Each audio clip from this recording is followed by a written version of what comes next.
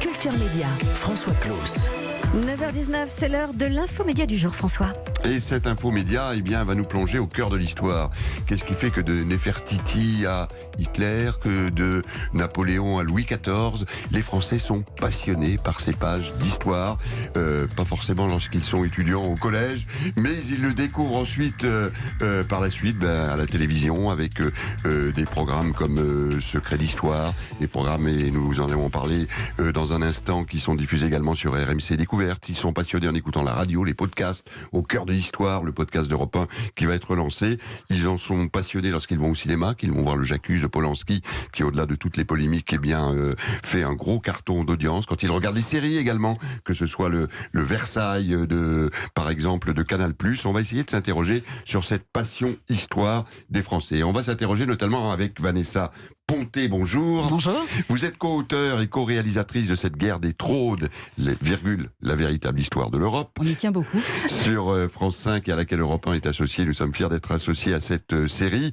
D'ailleurs, dans la petite virgule véritable histoire de l'Europe, on a peut-être, Vanessa Ponté, un premier élément de réponse. Raconter l'Europe de la guerre des 200 ans nous renvoie peut-être aux difficultés de l'Europe d'aujourd'hui. Alors absolument. La guerre de 100 ans, c'est ce que nous avions traité en première saison.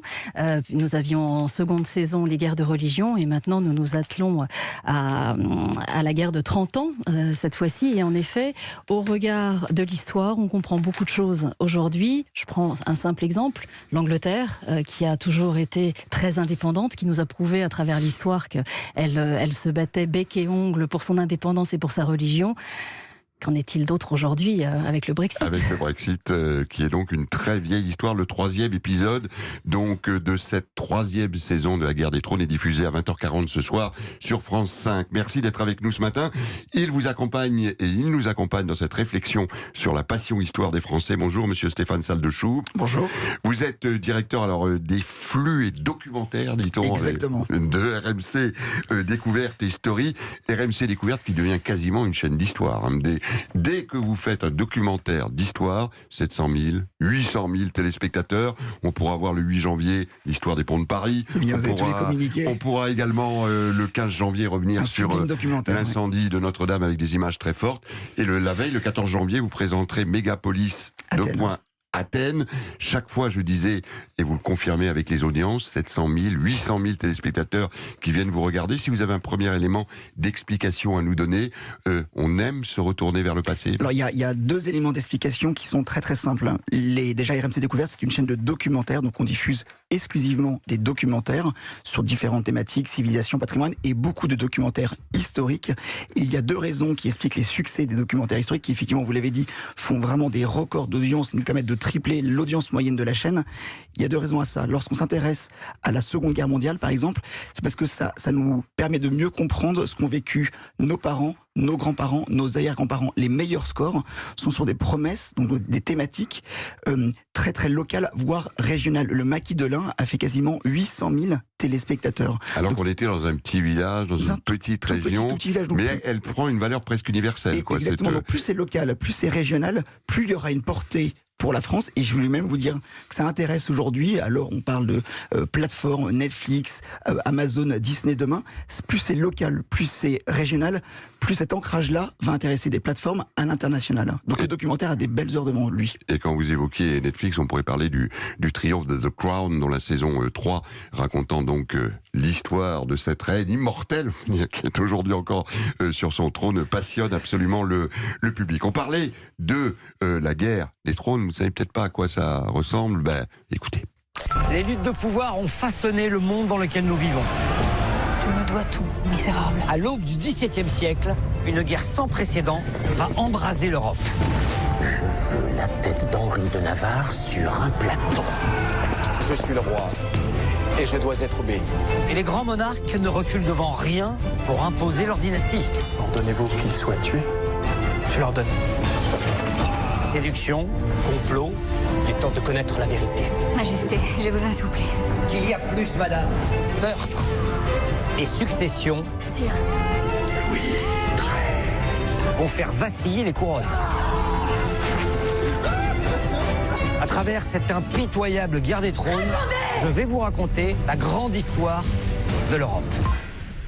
Voilà donc la bande-annonce de cette série dont on verra, je rappelle, le 3e épisode de la 3e saison à 20h40 ce soir sur France 5. Vanessa Ponté, vous qui êtes co-auteur et co-réalisatrice de cette guerre des trônes, bravo pour le titre d'abord, très fort. Il y avait une volonté, on le sent, pédagogique, une volonté également d'attirer un public jeune avec la voix de Bruno Solo. Il y a une volonté, comment dire, de transmettre à une jeune génération ce qu'est la grande histoire. Il y avait deux volontés. Il y avait en effet la volonté pédagogique. On est sur une chaîne France 5 qui est la chaîne de la connaissance. Et donc cette volonté de transmettre. Et avec Samuel Kissous, le producteur, et moi-même, avions la volonté, qui était aussi partagée avec France 5, de raconter des choses sérieuses sans se prendre au sérieux.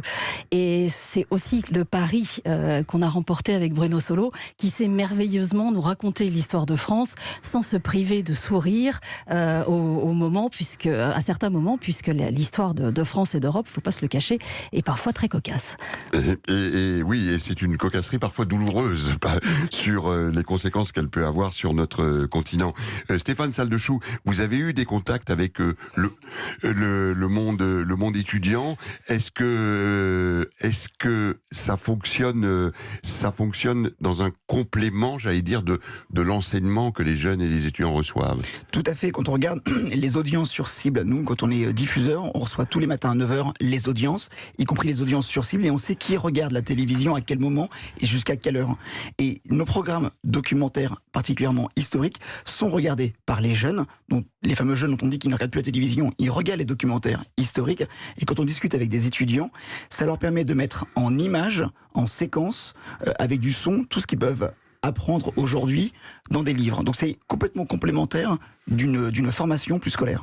Et Vanessa Ponté, vous êtes comme co-auteur et co-réalisatrice assise sur une documentation évidemment historique très précise, et vous avez consulté également le monde enseignant ou des pédagogues pour essayer de voir comment je m'adressais de la manière la plus efficace possible à un public qui va pas forcément naturellement vers l'histoire. Alors c'est très vrai, la guerre des trônes, on le sait puisque les jeunes viennent nous le dire la plupart du temps sur les tournages, ils viennent voir Bruno en disant que leurs professeurs très souvent utilisent la guerre des trônes pour illustrer leur cours, et bien sûr pour écrire la guerre des trônes, on s'appuie sur de la documentation historique bien évidemment, mais aussi nous travaillons avec des historiens pour cette saison 3 notamment. Nous avons travaillé avec le spécialiste d'Henri IV et du XVIe siècle à Paris, en France qui s'appelle Nicolas Leroux, et avec Mathieu Davina qui est directeur scientifique du château de Versailles, qui est très spécialisé dans le XVIIe et le XVIIIe siècle, ce qui était très important pour nous, pour toute la partie Louis XIII qui va débuter ce soir aussi, puisque vous disiez qu'il y avait